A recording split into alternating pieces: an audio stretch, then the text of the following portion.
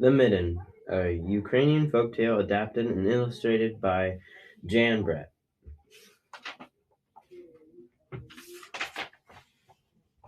Once there was a boy named Nicky who wanted his new mittens made from wool and white snow.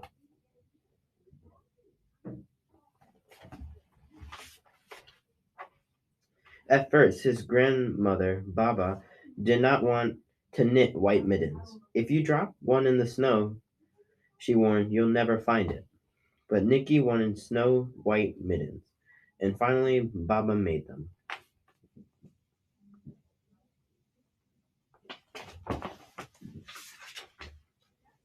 After she finished, she said, when you come home, first I will look to see if you are safe and sound, but then I will look to see if you still have your snow white mittens. So Nicky went, and it wasn't long until one of his new mittens dropped in the snow and was left behind.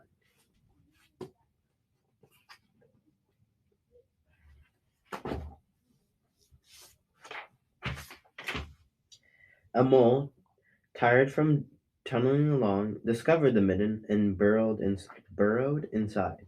It was cozy and warm, just the right size, and so he decided to say.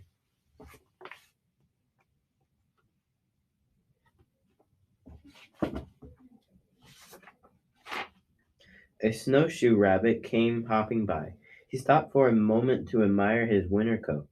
It was then that he saw the mitten, and he wiggled in, feet first. The mole didn't think there was enough room for both of them, but when he saw the rabbit's big kickers, he moved over.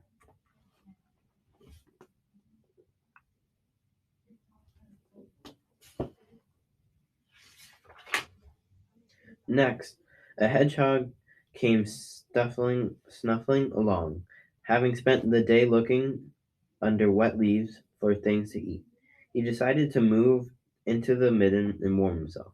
The mole and the rabbit were bumped and jostled, but not being ones to argue with someone covered with prickles. They made room.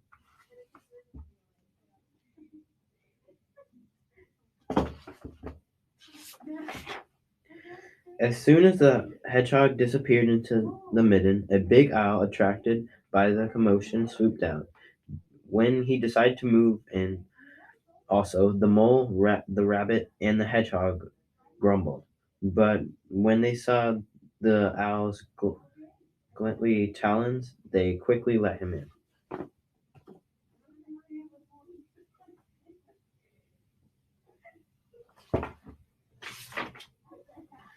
Up through the snow appeared a badger. He eyed the middens and began to climb. The mole, the rabbit, the hedgehog, and the owl were not pleased. There was no room left, but when they saw his diggers, they gave him the thumb.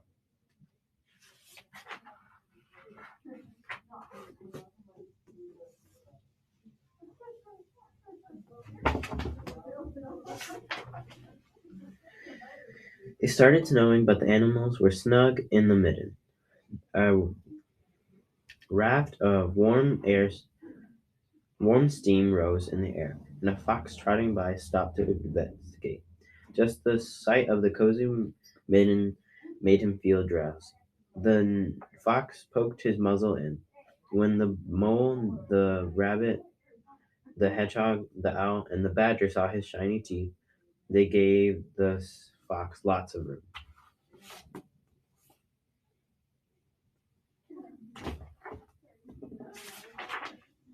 A great bear lumbered by. He spied the midden, plumped up. Not being one to be left out in the cold, he began to nose his way in. The animals were packed in as tightly as they could be, but what animal would argue with a bear? The midden swelled and stretched, it pulled and bulged to many times its size, but Baba's good knitting held fast. Along came a meadow mouse, no bigger than an acorn. She wriggled into the one space left and made herself comfortable on the top of the great bear's nose.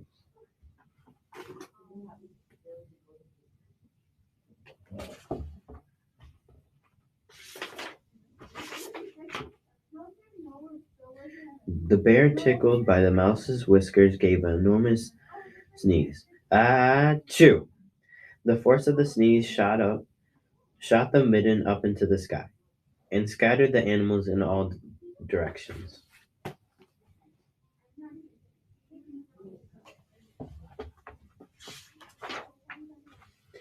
On his way home, Nicky saw a white shape in the distance. It was the lost midden, shallot against the blue sky.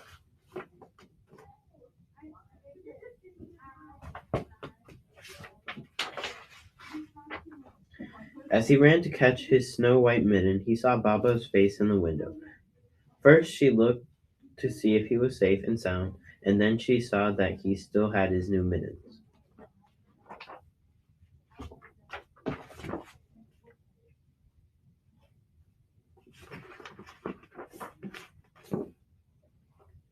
The end.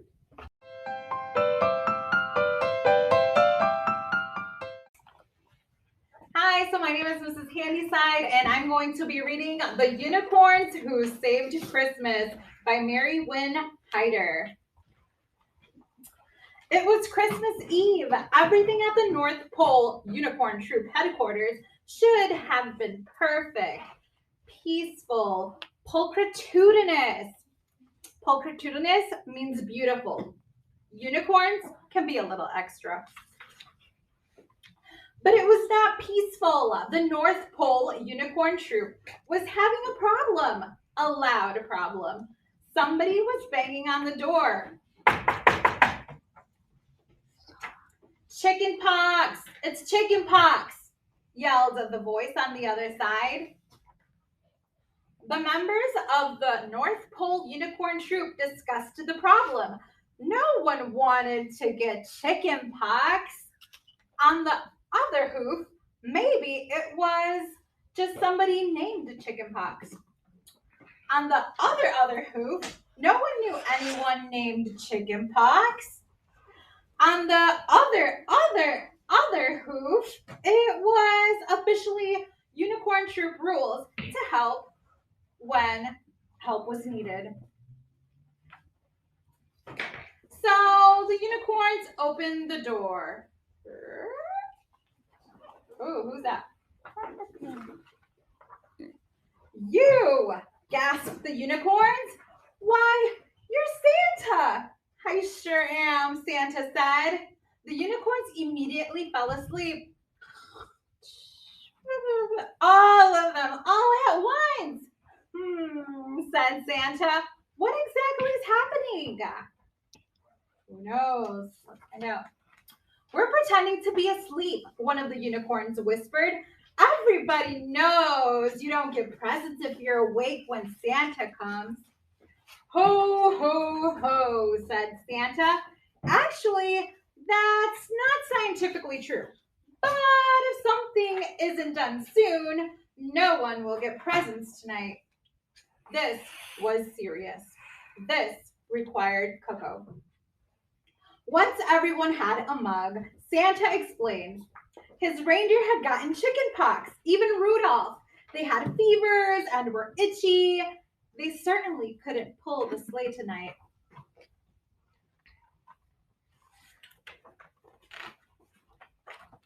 Santa had tried to find substitutes. Not that kind of substitutes. But the sleigh was magical. Not just anybody could pull it. Not even those little gnomes. And so far, no luck. Not even the alligators. The members of the Unicorn Troop could not believe it. How terrible. Christmas would have to be canceled. And so, said Santa, I've come to ask you, the North Pole Unicorn Troop, if you would try to pull my sleigh tonight. Them? Help Santa? Absolutely. Okay.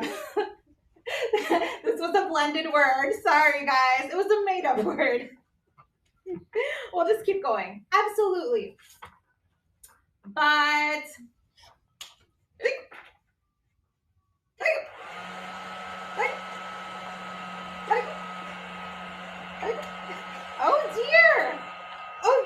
Too much cocoa. Too much excitement. Maybe they just weren't cut out for this sort of thing. Well, said Santa, let's give it a whirl anyway. On the way to Santa's workshop, the unicorns tried every possible cure for the hiccups. Okay, so some of them were holding their breath, they were standing upside down. Now look. Soon it was time. The North Pole Unicorn Troop hoped they were ready. They hoped they were enough. They hoped they would be perfect.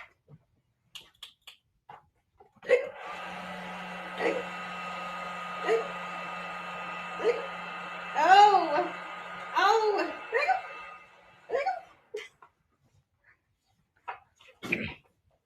Merry Christmas to all, and to all totally polka-tooty in this night. They did it. They tried. It says it still means beautiful, even when they're being reindeer unicorns. They are a little extra.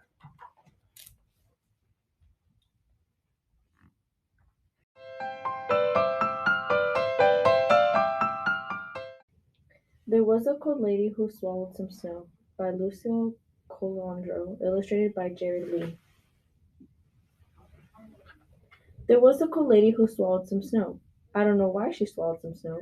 Perhaps you know. There was a cold lady who swallowed a pipe. She wasn't the type to gulp down a pipe. She swallowed the pipe to warm her 10 toes that tickled and tingled from layers of snow. I don't know why she swallowed some snow. Perhaps you know. There was a cold lady who swallowed some coal. What was her goal when she gobbled that coal? She swallowed the coal to keep her pipes glow. She swallowed the pipe to warm her 10 toes that tickled and tingled from layers of snow. I don't know why she swallowed some snow. Perhaps you know. There was a cold lady who swallowed a hat. Imagine that, a black-brimmed hat. She swallowed the hat before she froze. She swallowed the coal to keep her pipes glow. She swallowed the pipe to warm her 10 toes that tickled and tingled from layers of snow. I don't know why she swallowed some snow. Perhaps you know. There was a cold lady who swallowed a stick, a long brown branch. What a pick! She swallowed the stick to push down the snow. She swallowed the snow, the hat before she froze. She swallowed the coal to keep her pipes glow. She swallowed the pipe to warm her 10 toes that tickled and tingled from layers of snow. I don't know why she swallowed some snow. Perhaps you know. There was a cool lady who swallowed a scarf, a long striped scarf. She tried not to barf. She swallowed the scarf 'cause it was so cold. She swallowed the stick to push down the snow. She swallowed the hat before she froze. She swallowed the coal to keep her pipes glow. She swallowed the pipe to warm her 10 toes that tickled and tinkled from layers of snow. I don't know why she swallowed some snow. Perhaps you know. Now this cold lady had quite enough. So she thought and came up with a plan. She hiccuped twice, and out popped a snowman. The end.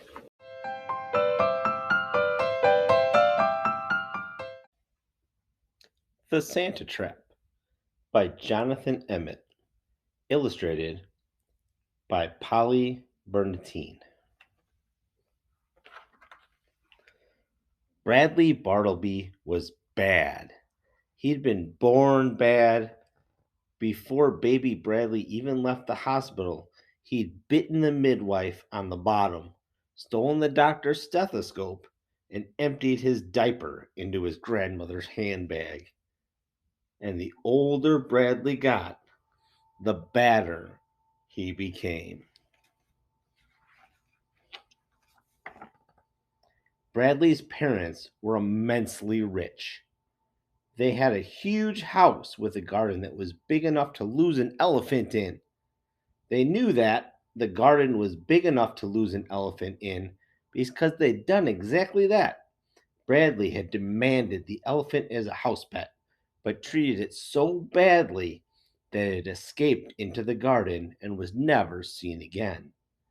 Bradley's parents always gave him whatever he demanded, not because they thought he deserved it, but because they were terrified of him.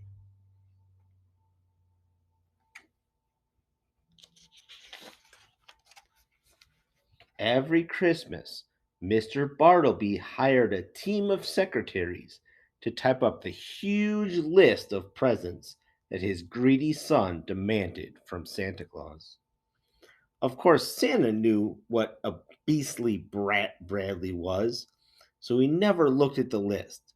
But that didn't mean that he forgot about Bradley completely. Santa is such a kind hearted old fellow that he believes no child, even one as bad as Bradley, should go without a Christmas present. So every Christmas morning, Bradley would discover that Santa had left him the same small gift. Socks! Howled Bradley. Another pair of stupid socks. Never mind, Bradley dear, cried Mr. and Mrs. Bartleby as they rushed in with a trolley load of presents. Look, Mommy and Daddy have got you everything you wanted. But I don't want presents from you, roared Bradley. I want presents from Santa Claus, like everyone else. And he stormed back to his room. The next morning, Mr. and Mrs. Bartleby were alarmed to discover that their son had climbed up inside the living room chimney. They were even more alarmed to discover that Bradley had nailed several sticks of dynamite around the chimney walls. What are you doing, dear? Asked Mrs. Bartleby nervously. What does it look like? Scowled Bradley. I'm building a trap.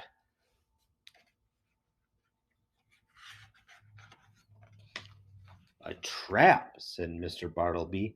A trap for what?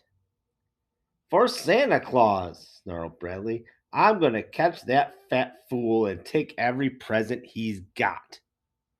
Mr. and Mrs. Bartleby were speechless. In a lifetime of badness, this was quite the baddest thing that Bradley had ever tried to do. Mr. Bartleby was the first to come to his senses. Isn't it a little early to be setting a trap? He gasped. It'll be a whole year before Santa comes again. Oh, this is only the beginning, scoffed Bradley. It'll take a whole year to finish it all.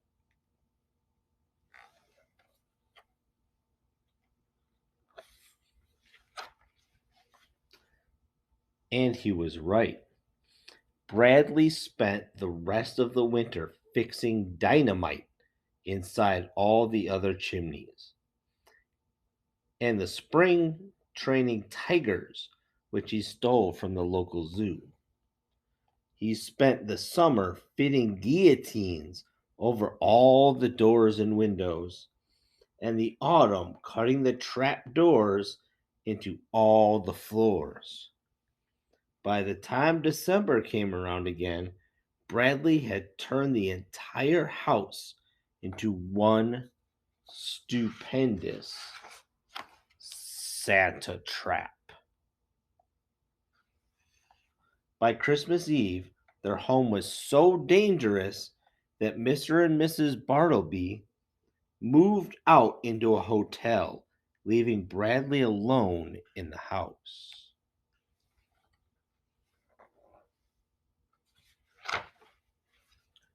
One last thing, said Bradley, as he hung his stocking beside the fireplace.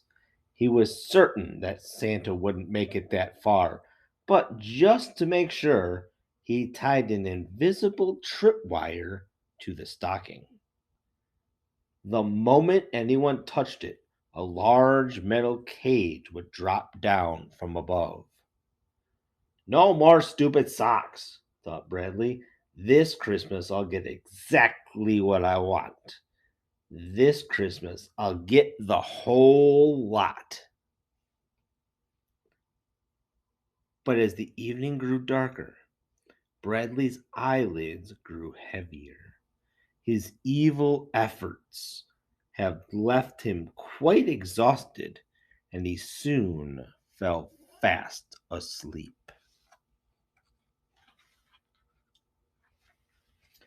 It was almost midnight when Bradley was awakened by the roar of an angry tiger, whose tail had just been stepped on by an elephant. The house had grown chilly, and when he looked outside, Bradley was surprised to find the garden covered in a thick blanket of snow. Shivering with cold, Bradley decided to light a fire. It was only when the flames began to lick up to the chimney that Bradley remembered the dynamite. Boom! Yow! The explosion blew Bradley right through the living room window and out into the rose bushes below. Cursing loudly, Bradley struggled free of the thorny stems. He had barely caught his breath when 6 sleek, stripy shapes came bounding toward him out of the snow. Nice kitties, squealed Bradley as he fled back through the rose bushes with the tiger snapping at his heels. The tigers chased Bradley around the garden twice before he was able to lose them by diving into a heap of fresh elephant dung and creep back to the house. Determined not to be caught in any more of his own traps, Bradley took a deep breath and prepared himself before opening the front door. Aha! He cried triumphantly as he leapt clear of the falling guillotine. Ah! He cried miserably as he fell through the trapdoor.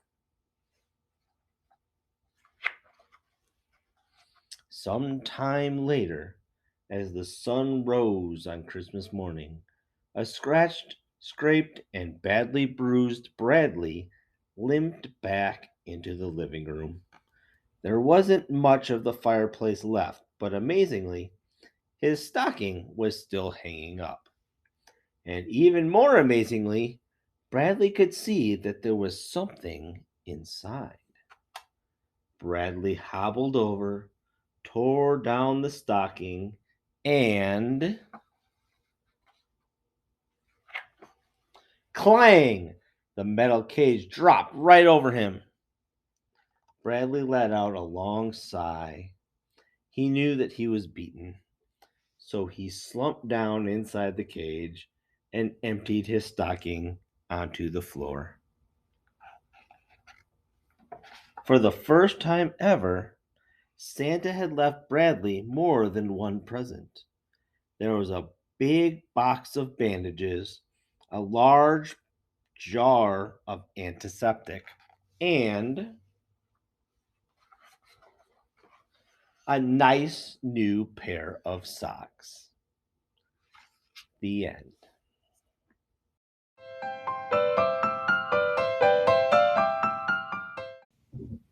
The Gingerbread Pirates.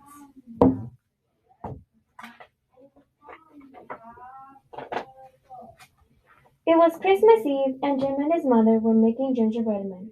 Let's make a pirate crew, said Jim, and so they did. The captain had a gingerbread cutlass and a peg leg, made from a toothpick. Jim loved him best of all. You better leave some pirate out for Santa Claus to eat, said his mother. Not Captain Cookie, said Jim. At bedtime, Jim took the captain to his room. I wish you're at the ship, he whispered as he climbed into bed. Then he lay awake, listening for reindeer hooves on the roof. Captain Cookie seemed to be listening too. Jim fell asleep, but Captain Cookie went on listening. Where's my crew? He wondered. And who's this Santa Claus? Who wants to eat them? When the house was quiet, he swished his cutlass through the air. He tested his peg leg. Tap, step, tap, step, tap, step. He climbed down into the darkness. Then he ran. Step, tap, step, tap, step, tap. He ran until he came to a cliff. He dropped his cutlass over it, then followed. He found his cutlass and then another cliff. So he did it all again, one cliff after another, until he reached the bottom. Then Captain Cookie had a shook. A mouse was nibbling on his cutlass. "Why is it half gone?" cried the captain. He grabbed the cutlass and slashed at the air. "Oh, it's ruined!" he moaned, and off he went. Stop, tap, stop, tap, stop, tap. "Merry Christmas!" called the mouse. "Christmas! What's that?" thought the captain. Then he turned a corner and saw something that astonished him. A huge tree with stars in its branches. "Ahoy there!" called a voice. Looking up, Captain Cookie saw two pirates climbing down toward him. "My crew," he thought.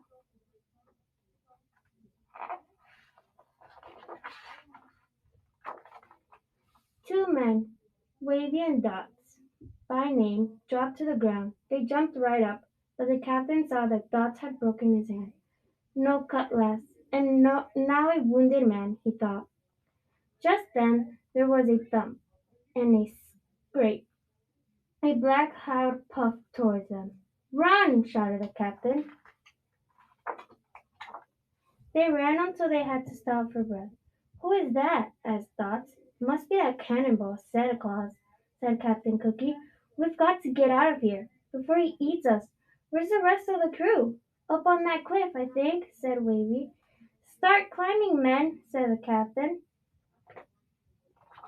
Up they went. "They're in jail," cried Dots when they reached the top.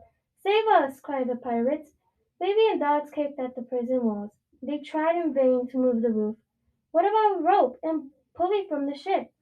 said Wavy. "What about the ship's cannon?" said Dot. "There is no ship," said the captain. Then he noticed a strange look on Wavy's face, and he whirled around. What he saw made him wish for his cutlass. A gigantic man was leaning over them. "Young Jim always leaves cookies for me," he said, "but the plate was empty, so I came in here." "Look out, boys!" ordered the captain. The big man lifted prison roof and peered in it. Don't you eat my crew!" shouted the captain, raising his fingers. The big man blinked. "This is your crew?" he said. "Yes," the captain. "And who are you?" "I'm Santa Claus, and I swear by my sleigh, I won't eat your men." "Sleigh? What's that? Some kind of ship?" "That's right. Swears by his ship. Can't be all bad, though," the captain. Still he was suspicious. "What are you doing here?" he asked. Why, it's Christmas." "Christmas?" said the Captain Cookie. "I wish somebody would tell me what that is." Santa Claus laughed. "Follow me," he said. "I'll show you a bit of Christmas." Back beside the starlight tree, the pirates watched as Santa Claus reached into an enormous bag. "What have you got there?" the captain began. "It's a ship!" Wavy shouted, and the next thing Captain Cookie knew, his men were swarming its decks and rigging. "There's there's cannons and cutlasses!" cried Dot. The sky glittered with stars. The captain rubbed his eyes. Real pirates, he thought, and a real ship. He turned to look back. "Merry Christmas!" he called, but Santa Claus was already gone. On Christmas morning, Jim's mother found an empty plate on the mantel. "It looks like Santa Claus found the gingerbread man," she said. But Jim was admiring his present. His favorite was the pirate ship, and its pirate crew. The captain had a cutlass and a peg leg. Jim loved him best of all. The end. So today's story is called Santa Duck. Okay, it's a really funny story about this beautiful duck that you see in the cover, and it was written by David Milgram. So you'll have fun getting to know this silly duck. Nicholas Duck had only one day left to find Santa. If I don't tell him what I want, he quacked, it's going to be another year of socks and underwear. He's so funny. On his way out, Nicholas found a surprise. Whoa, baby! It was a cozy, warm coat and a genuine official Santa hat. Ha, ha, ha! Jingle quack, jingle all the quack. Nicholas had no idea who had given it to him, but he liked it. Then Nicholas met a chicken. Santa Duck, the chicken said, I've been looking for you everywhere. And I'd like a helicopter and a hot air balloon and a hang glider and a blimp and a... After that, he met a cat. Has everyone gone bonkers? I want a mouse and a canary and a trout and maybe a couple of nice plump hamsters. Better bring some eggnog too. Then he met a turtle and a really, really fast race car that goes really, really fast, and a helmet with goggles and flames painted on the side. Look, it's Santa. Cool. And a squirrel. A case of almonds, a case of walnuts, 2 cases of peanuts, and a shovel. Thanks, Santa Duck. And a rabbit. All I want is a carrot cake the size of a football field. Don't forget the frosting. Nicholas couldn't figure out what was going on.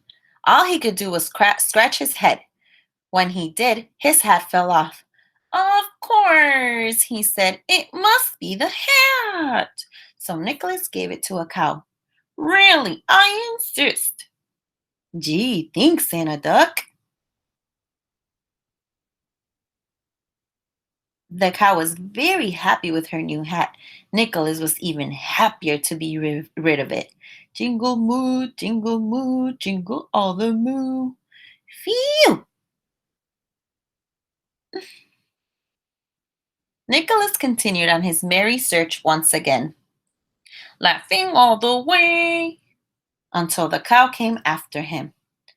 Oh, I almost forgot. I'd like a frisbee, a skateboard, sunglasses, a home ice cream maker, and an XL Santa hat. This one is too small. Then came 2 kangaroos, a pig, a mouse, a goat, and Nicholas' own kid brother. I never knew Santa was a duck. This is just Santa's helper. The real Santa is a pig. Make it a red bike with rainbow tassels and a big horn. There does it. Nicholas started running and running and running. Leave me alone, until he ran into Santa himself. No way! Way! Santa asked Nicholas what everyone wanted, and Nicholas told him. Wow, thanks, Santa Duck. What a great memory you have. Huh? Me? Santa Duck? After they said goodnight, Nicholas realized he had forgotten to tell Santa his own list. But it was too late. Santa, come back. Santa? Santa? Oh no. Then when Nicholas got home, there was a note on his door. Dear Santa Duck, thank you so much for your help. I couldn't have done it without you. May I count on you again next year? Gracefully, Santa. Nicholas felt so proud. He forgot all about his list. Getting to help Santa was the best gift he could ever get. Jingle quack, jingle all the quack. Well, almost. Beep beep. The end.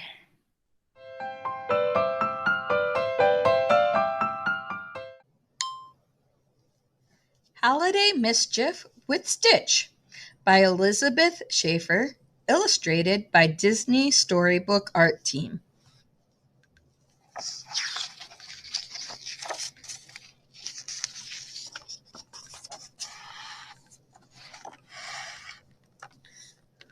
Ready or not, here I come, Lilo shouted. It was a warm December morning in Hawaii, and Lilo and Stitch were playing hide and seek. Stitch was very good at hiding.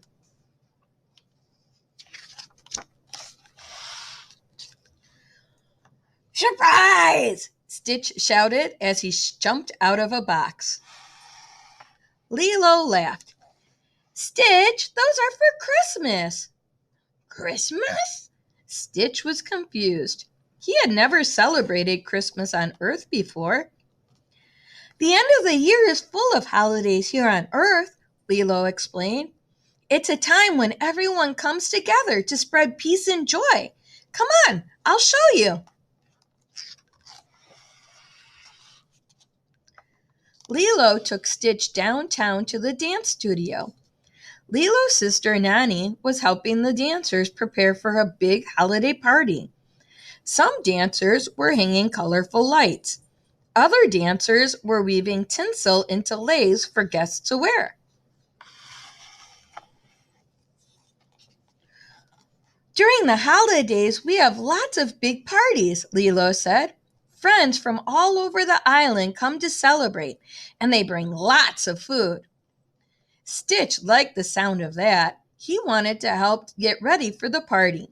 He grabbed a string of lights and began running around the studio.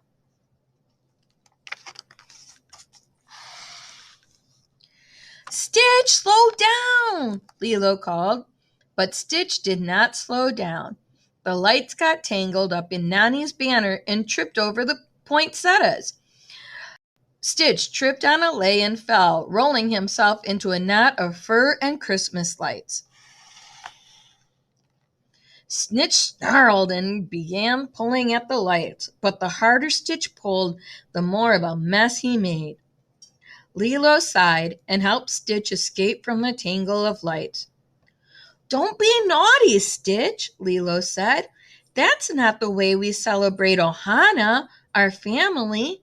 Plus, if you're naughty, you won't get any presents. Presents? Stitch asked. Lilo told Stitch the story of old Saint Nick, who delivers presents to good children during the holidays.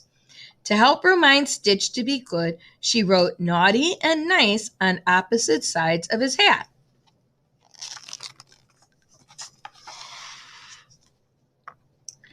Stitch felt bad for ruining the studio's decorations. He apologized and helped Lilo, Nani, and the dancers clean up the mess. So now he's nice. Lilo decided to teach Stitch about other holiday traditions. She took him to a friend's house where they saw a big menorah. Lilo told Stitch that the menorah is a symbol of Hanukkah. The holiday lasts for 8 days, and every night a new candle is lit in remembrance. Some families get together for fun traditions, like spinning the dreidel and eating potato pancakes called latkes.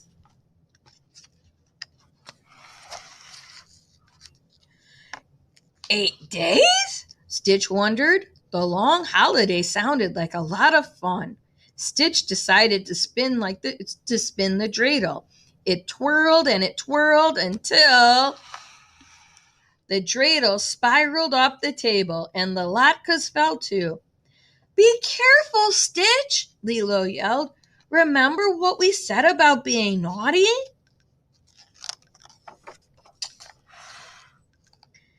Stitch pulled the dreidel and latkes back on the table.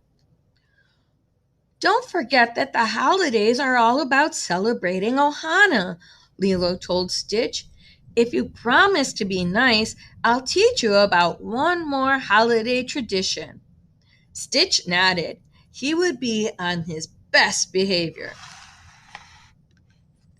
Lilo took Stitch to their friend Mr. Bubbles' house. Mr. Bubbles had just finished baking a batch of cookies. Stitch's stomach rumbled, but he waited patiently for Lilo to get a cookie first. Mr. Bubbles explained that during the last week of the year, his family celebrates Kwanzaa. My favorite Kwanzaa tradition is when the whole family drinks from the unity cup, Mr. Bubbles said. Well, that and baking my grandmother's famous macadamia nut cookies. The Unity Cup honors family that is no longer with us, Mr. Bubbles says, and so do my grandmother's cookies. Stitch helped himself to a second cookie and a third. He reached for a fourth. Stitch was about to stuff all the cookies in his mouth, but then he heard Lilo's voice in his head. The holidays are all about celebrating Ohana. Stitch wanted Lilo to be proud of him. He quietly put the cookies back. Lilo smiled. She was glad Stitch had chosen to be nice. Why don't I give you two a box of cookies for the road? Mr. Bubbles said. Yes! Stitch cheered. Lilo and Stitch shared the delicious cookies as they walked home.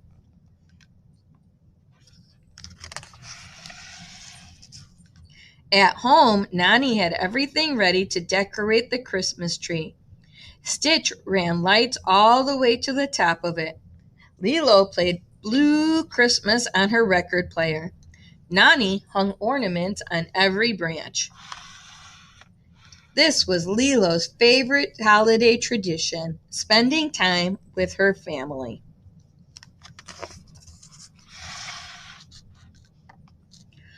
I wonder how other families celebrate the holidays, Lilo said. Everyone has their own unique traditions. Stitch nodded excitedly, then leapt outside. Wait, Stitch, come back! I think Stitch wants to celebrate more holiday traditions. You can show him yours. He's probably hiding somewhere in your home. Can you find him? And remind him to be nice. So think about what traditions you would want to show Stitch. Any traditions you and your family have for spending time together.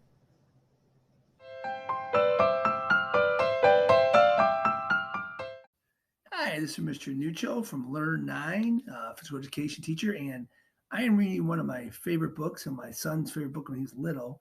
It's called Mater Saves Christmas, based on a true story, according to Mater, of course. Okay.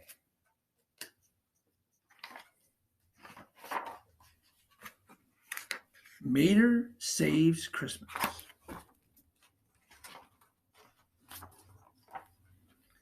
The morning sun sparkled on the snow in Radiator Springs. Mater the tow truck rushed over the floes, carrying a letter. Y'all finished your list to Santa car, right? He asked. Sure did, replied Flo, the loveliest 50 show car. Absolutely, said Doc Hudson, the town judge and doctor. All right, exclaimed Mater as he headed for the mailbox.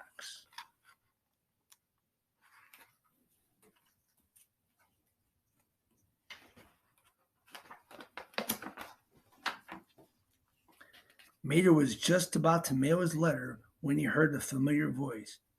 Come on, Mater. Surely even you know Santa isn't real, said Chick Hicks. You're going to tell me that the Easter buggy doesn't exist neither, Mater said. Then he dropped his letter into the mailbox. What are you doing here, Chick? Asked Lightning McQueen suspiciously. Oh, hey, Lightning. Didn't see you there. I just came by to donate to Red's toy drive, replied Chick. Lightning frowned. He was sure that Chick was up to no good.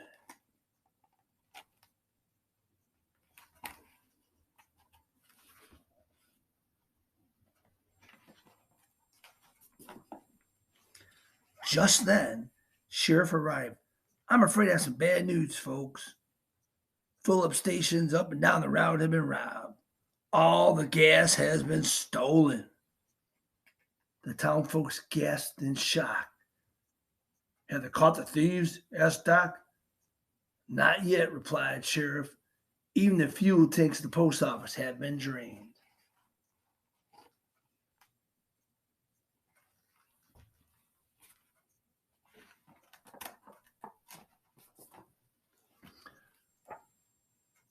Without gas, the mail trucks can't get through. That means no letters won't get to Santa car. That means no Christmas, Mater cried. Mater immediately drove over to the gas pump. Fill her up, Flo. I'll go to North Pole and take the letters to Santa car myself, he declared. I'm trying, but there's no gas, said Flo.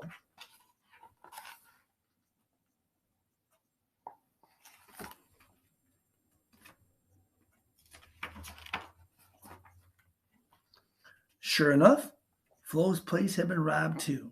Mater narrowed his eyes at Chick, who was chuckling with his friends.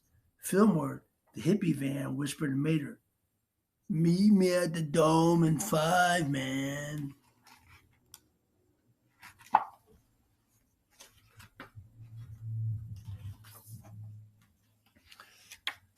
When Mater got to the dome, Fillmore filled the tow truck's tank with the last of Christmas brew. Mater was thrilled.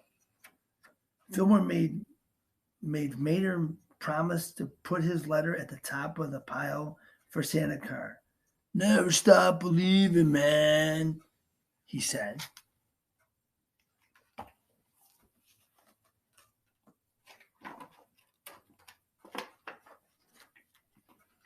Back at Flo's, Mater got ready to head out with the letters, but the townsfolk were worried, especially Lightning. He couldn't let Mater go alone. He knew what he had to do. Mater, I'm going with you, Lightning said. But you can't, said Mater. You don't even have snow tires. Tires? Did somebody say tires? Said Luigi the yellow Fiat.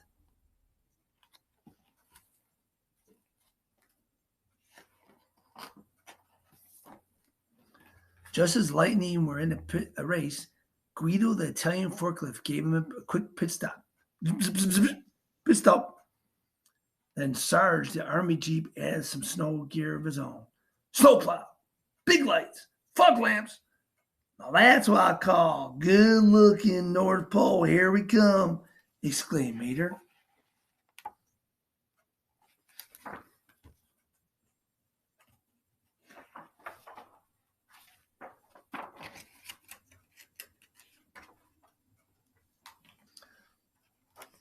Old time bell, how love is your rubber. Mater sang as he and Lightning started their long journey to the North Pole. The two friends made their way through the deep snow and tough terrain. Lightning was tired, but Mater's spirits remained high. Frosty the snowplow, he sang. Come on, buddy, sing it with me.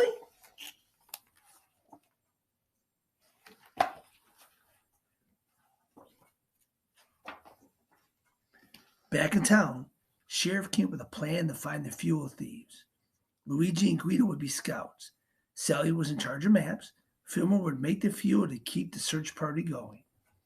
Moments later, Fillmore discovered that his fuel-making supplies had been stolen. Now he wouldn't be able to fuel the town folks for the hunt. Suddenly, Sarge had a plan. Back up, soldiers. We'll pull our remaining fuel for Luigi and Guido, and they'll track the thieves.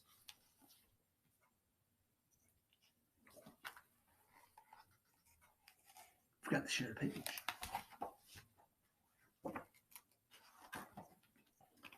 Way up north, Mater and Lightning were exhausted. They both sang carols to keep themselves awake. All I want for Christmas is my two front tires, my two front. Boink! All of a sudden, Mater hit a candy striped pole. The North Pole! We'll find it, buddy! Shouted Mater.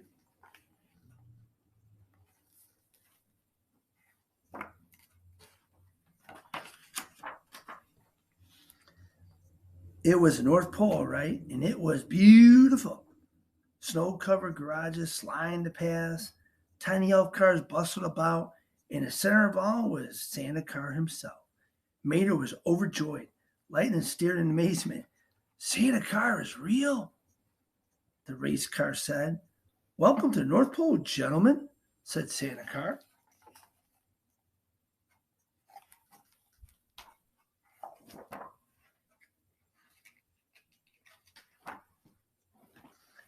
Santa Car was glad that his new friends had brought their letters all this way, but he had some bad news. Christmas may be canceled this year, he said. No Christmas, cried Mater. The reindeer snowplows that fly me around the world have been stolen, said Santa Car. Just then, Mater remembered Chick and his friends acting suspiciously at Flo's. Chick Hicks took your reindeer, he cried. The reindeer are fed top secret fuel that helps them fly, said Santa Car. The fuel! That's why they took them, exclaimed Lightning. Chick will do anything to win a race.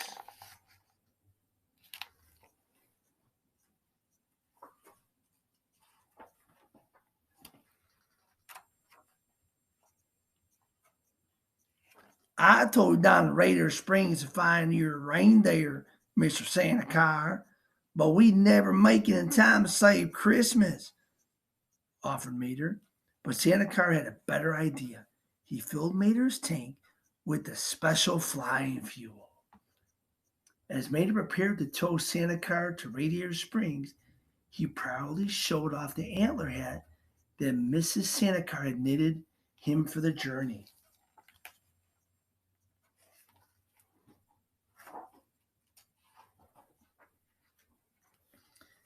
Back in Ornament Valley, Luigi and Guido spotted the canyons for the fuel thieves. From a cliff, they spotted Chick and his posse making fuel with Fillmore supplies.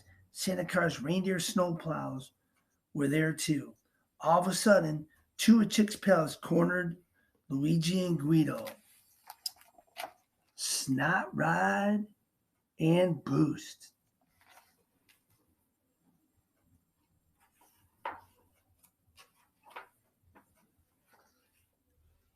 Ha! Too late, boys, Chick shouted at Guido and Luigi.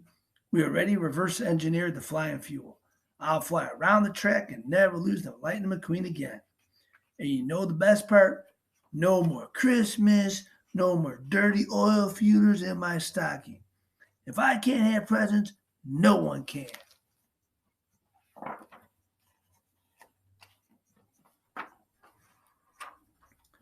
Suddenly, the air was filled with the sound of jingling bells.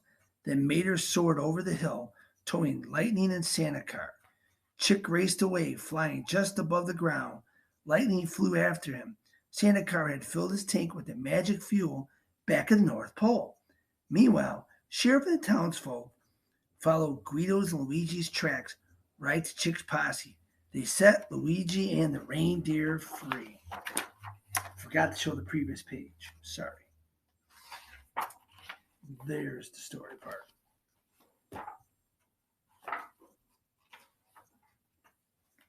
Chick was flying fast, but he was no match for Lightning. He knew each turn by heart. As Chick came to a sharp curve, he turned too late, smacked into a giant cactus, and spun out of control. Doc and Mater joined Lightning on the cliff to take a look at the wreckage. Have fun fishing, Mater. Tow him straight to jail.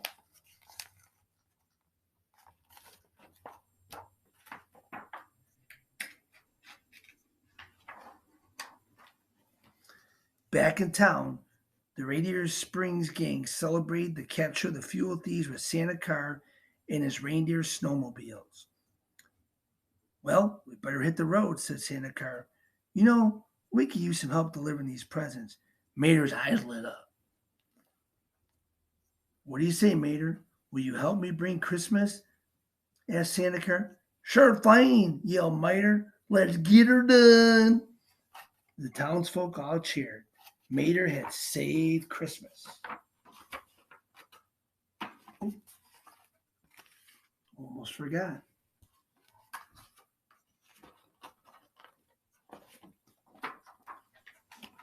Merry Christmas to all and to all a good night. Now let's read some Christmas cards real quick. Peace on Earth from Fillmore. Hope your holiday's a winner. Ka-chow, McQueen. Mater the rusty tow truck had a bare shiny hood. Someday I'm going to find it, like I always said I would. In the meantime, Merry Christmas, Mater. Warmest holiday wishes from Sally.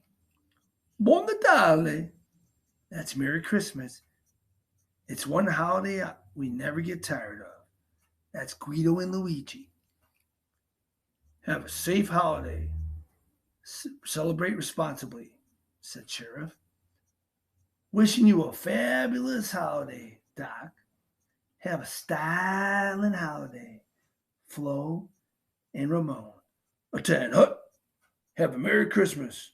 That's an order, Sarge, soldier, said Sarge. The end. In my family's language, Buon Natale e Felice Nuovo Anno. Merry Christmas and have a Happy New Year. Thank you for joining Neutral Theater. Bye.